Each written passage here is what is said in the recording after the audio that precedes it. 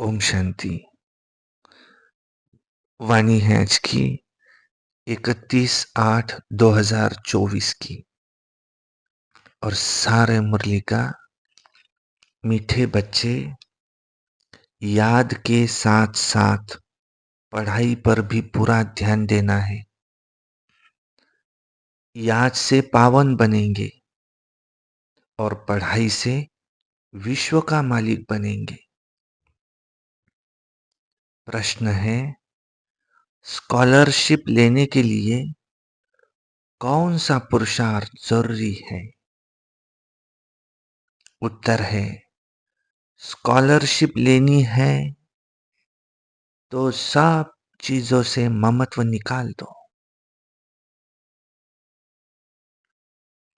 धन, बच्चे, घर आदि कुछ भी याद न आए। एक शिव बाबा ही याद हो, पूरा स्वाहा। तब उच्च पद की प्राप्ति होगी। बुद्धि में ये नशा रहना चाहिए कि हम कितना बड़ा इम्तिहान पास करते हैं, हमारी कितनी बड़ी पढ़ाई है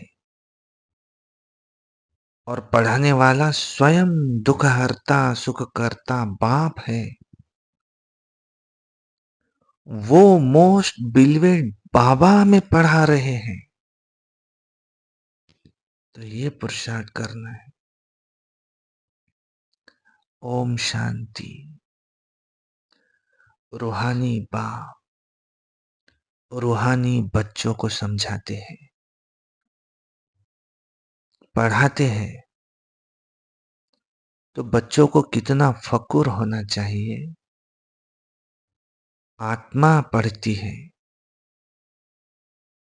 आत्मा संस्कार ले जाती है, शरीर तो राख हो जाता है। तो बाप बैठ बच्चों को पढ़ाते हैं। आत्मा ये समझती है कि हम पढ़ते हैं, योग सीखते हैं। बाप ने कहा है कि याद में रहो तो तुम्हारे पाप कट जाएंगे। पतित पावन तो एक ही बाप है, ब्रह्मा विष्णु शंकर को भी पतित पावन थोड़ी ही कहेंगे, लक्ष्मी नारायण को कहेंगे? नहीं, पतित पावन तो एक ही है। सारी दुनिया को पावन बनाने वाला है ही एक, वो तुम्हारा बाप है। बच्चे जानते हैं मोस्ट बिलवेड बेहद का बाप वो है जिसको भक्ति मार्ग में याद करते आए हैं कि बाबा आओ, आकर हमारे दुख हरो, हमें सुख दो। अब सृष्टि तो वही है और इस चक्र में तो सबको आना ही है। 84 का चक्र भी बाप ने समझाया है। आत्मा ही संस्कार ले जाती है। आत्मा जानती है कि इस मृत्युलोक से अमरलोक में अथवा नरक से स्वर्ग में जाने के लिए हम पढ़ते हैं। बाप आते हैं तुम बच्चों को फिर से विश्व का मालिक बनाने। तो तुम कितना बड़ा इम्तिहान पास कर रहे हो और बड़े से बड़ा बाप हमें पढ़ा रहे हैं। जिस समय बाबा बैठ पढ़ाते हैं तो नशा चढ़ता है।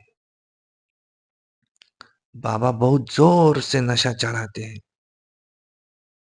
बाप आते ही है अमरलोक के लिए लायक बनाने। यहाँ तो कोई लायक नहीं है, तुम भी जानते हो। कि हम लायक देवताओं के आगे माथा टेकते आए हैं, और फिर बाबा हमें सारे विश्व का मालिक बनाते हैं।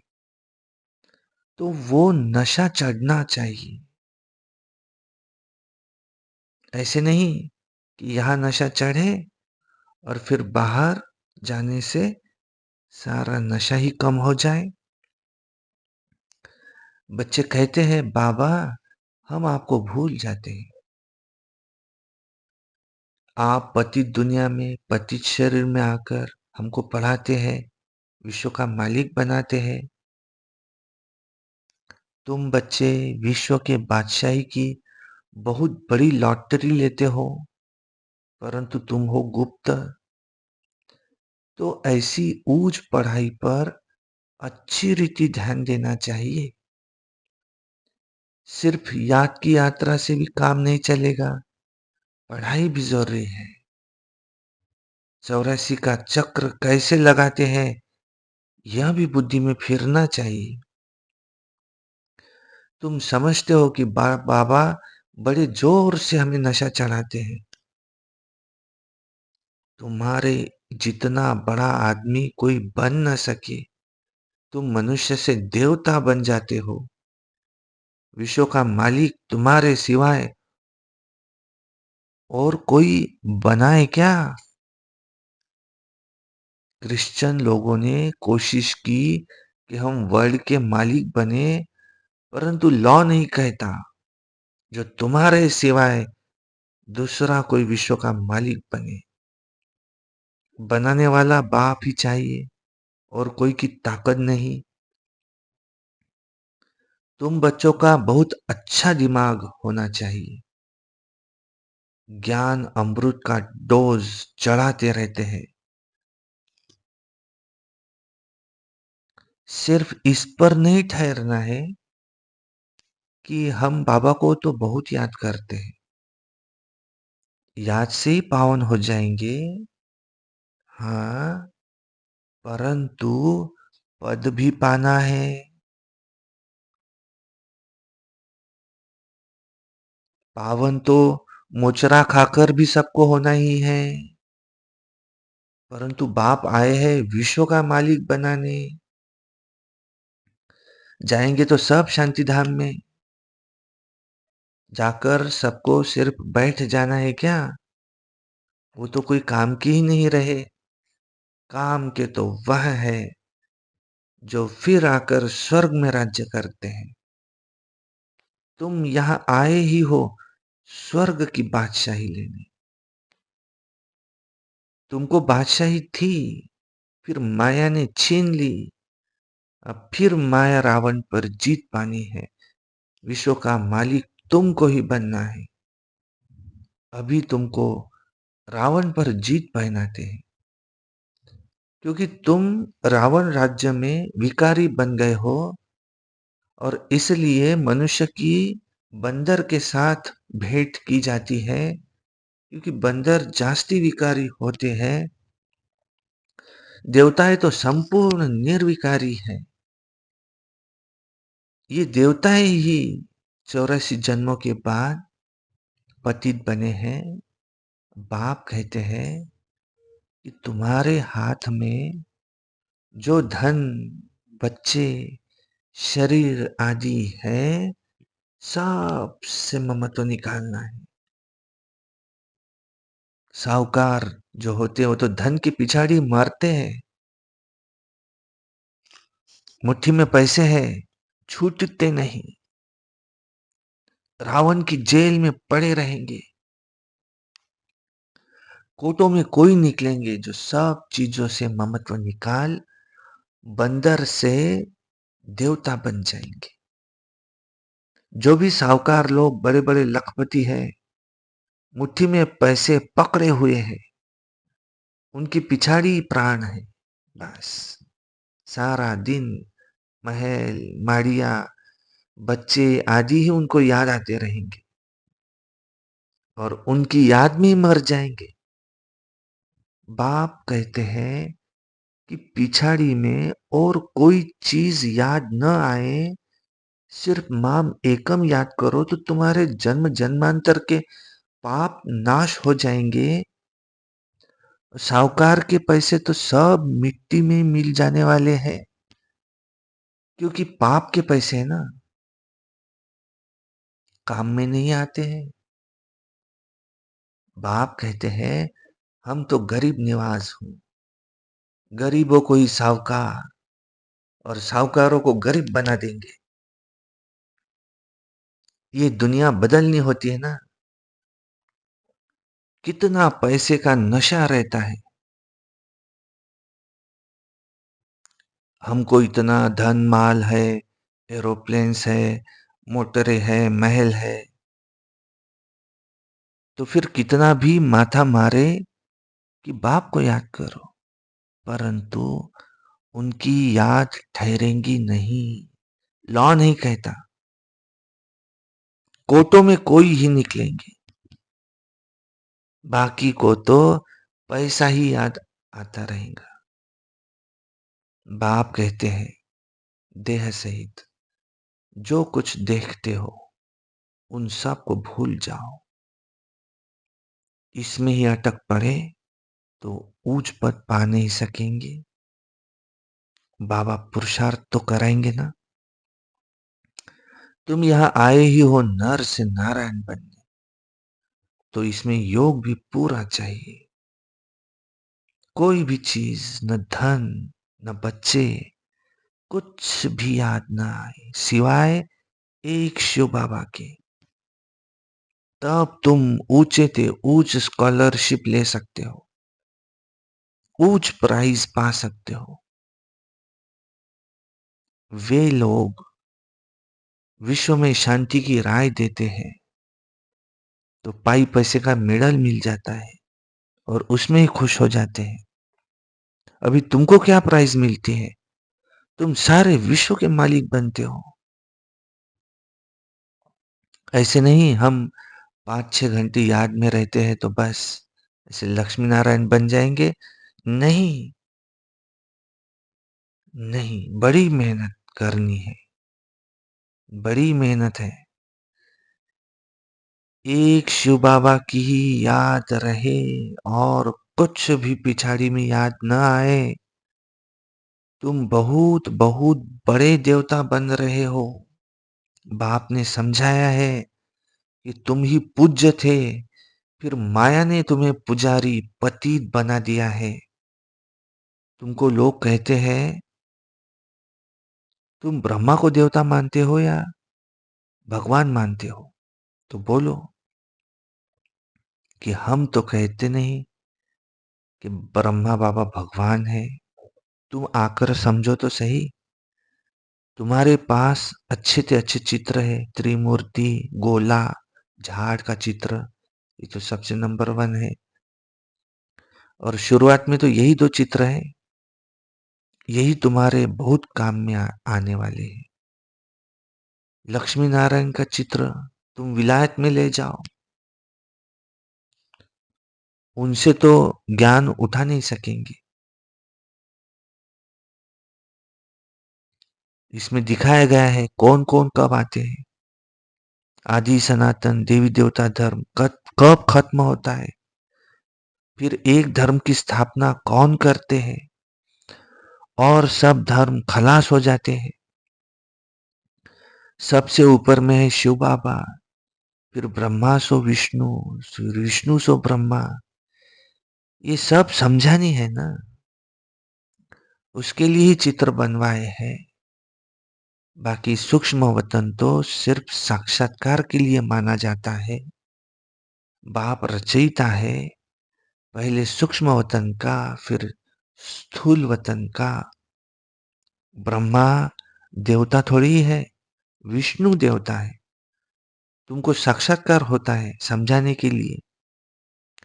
प्रजापिता ब्रह्मा तो यहाँ है ना, फिर ब्रह्मा के साथ ब्राह्मण, सो फिर सब देवता बनने वाले। और देवताएं तो सजे हुए रहते हैं और इनको फरिश्ता कहा जाता है। फरिश्ता बनकर फिर आकर देवता पद पाएंगे। गर्भ महल में जन्म लेंगे, दुनिया बदलती रहती है, आगे चलकर तुम सब देखते रहेंगे, अच्छे मजबूत हो जाएंगे, बाकी थोड़ा समय है। तुम आए ही हो नर से नारायण बनने के लिए, फेल होते हैं तो प्रजा में चले जाते हैं। सन्यासी आदि ये बातें समझा नहीं सकते, गाते हैं राम राजा राम प्रजा, फिर वहां अधर्म की बातें हो नहीं सकती। ये सब भक्ति मार्ग की बातें हैं, इसलिए गाया जाता है झूठी माया झूठी काया, झूठा सब संसार है। माया 5 विकारों को कहा जाता है, न कि धन को। धन को संपत्ति कहा जाता है। मनुष्यों को ये पता ही नहीं है कि माया किसको कहा जाता है। ये तो बाप मीठे मीठे बच्चों को समझाते हैं। बाप कहते हैं, मैं परमात्मा तुमको अपने से भी ऊंच विश्व का मालिक बनाता हूं। तुम उसके लिए पढ़ रहे हो, कितनी ऊंची पढ़ाई है। मनुष्य से देवता किए करत न लागी वार। देवताएं होते हैं सतयुग में, मनुष्य होते हैं कलयुग में। तुम अभी संगम युग पर बैठे हो, मनुष्य से देवता बन रहे हो। कितनी सहज बात बताते हैं। अब इसमें पवित्र भी जरूर बनना है, तो प्रजा भी बहुत बनानी है। कल्प कल्प तुम इतनी प्रजा बनाते हो जितनी सतयुग में थी। सतयुग था, अब नहीं है, फिर होगा। ये लक्ष्मी नारायण विश्व के मालिक होंगे। चित्र तो है ना। तो बाप कहते हैं, ये ज्ञान तुमको मैं अभी देता हूं, फिर ये प्रायलोप हो जाता है, फिर द्वापर से भक्ति मार्ग शुरू होता है, फिर रावण राज्य आ जाता है। तो तुम विलायत में भी ये समझा सकते हो कि सृष्टि का चक्र कैसे फिरता है। लक्ष्मी नारायण के चित्र से और धर्म वालों का तो कनेक्शन है नहीं, इसलिए बाबा कहते कि ये त्रिमूर्ति और झाड़ ये है मुख्य चित्र। ये बहुत फर्स्ट क्लास है। झाड़ और गोले से समझ जाएंगे कि ये धर्म कब आएंगे, क्राइस्ट कब आएगा। आधा में है वो सब धर्म, बाकी आधा में है तुम सूर्यवंशी चंद्रवंशी। 5000 वर्ष का ये खेल है। ज्ञान भक्ति वैराग, ज्ञान है दिन, भक्ति है रात, फिर है बेहद का वैराग। अब तुम जानते हो ये सारी पुरानी दुनिया खलास हो जाने वाली है, तो इसको भूल जाना है। अब पतित पावन कौन है ये भी सिद्ध करना है। दिन रात गाते रहते पतित पावन सितारा। गांधी भी गीता पढ़ते थे, वो भी ऐसे ही गाते थे, हे पतित पावन, हे सीताओं के राम। क्योंकि तुम सब सीताएं ब्राइड्स हो, वो है बाप ब्राइड ग्रूम। और फिर कह देते रघुपति राघव राजा राम, वो त्रेता का राजा है। सारी बात ही मूंझा दी है। सब फिर ताली बजाते रहते हैं, हम भी गाते थे। ब्रह्मा बाबा कह रहे, 1 वर्ष तक खादी का कपड़ा आदि पहना। बाप बैठ समझाते हैं कि यह भी गांधी का फॉलोअर बना था। ब्रह्मा बाबा, इसने तो सब कुछ अनुभव किया है, तो फर्स्ट सो लास्ट बन गया, फिर फर्स्ट बनेगा। तुमको कहते हैं कोई, जहां तहां ब्रह्मा को तुमने बिठाया है, तो ये भी समझाना चाहिए, अरे झाड़ के ऊपर खड़ा है, कितना क्लियर है। ये तो पतित दुनिया के अंत में खड़ा है। श्री कृष्ण को भी ऊपर में दिखाया है, फिर दिखाया है 2 बिल्लियां लड़ते हैं, माखन श्री कृष्ण खा लेते हैं। माताओं को साक्षात्कार होता है, वो समझती है कि उनके मुख में माखन है अथवा चंद्रमा है। वास्तव में विश्व की बादशाही वो मुख में है, और 2 बिल्ली आपस में लड़ते हैं, माखन तुम देवताओं को मिल जाता है। तो ये है विश्व की बादशाही रूपी माखन। बॉम्ब्स आदि बनाने की भी बहुत इम्प्रूवमेंट कर रहे हैं। ऐसी चीज उसमें डालते हैं जो फट से मनुष्य मर जाए। ऐसा न हो कि चिल्लाते रहे, जैसे हिरोशिमा का है, अभी तक वहां पर मरीज पड़े हैं। तो बाप समझाते हैं, मीठे मीठे बच्चों, आधा कल्प तक तुम सुखी रहते हो, कोई भी प्रकार की लड़ाई आदि का वहां नाम नहीं रहता है। ये सब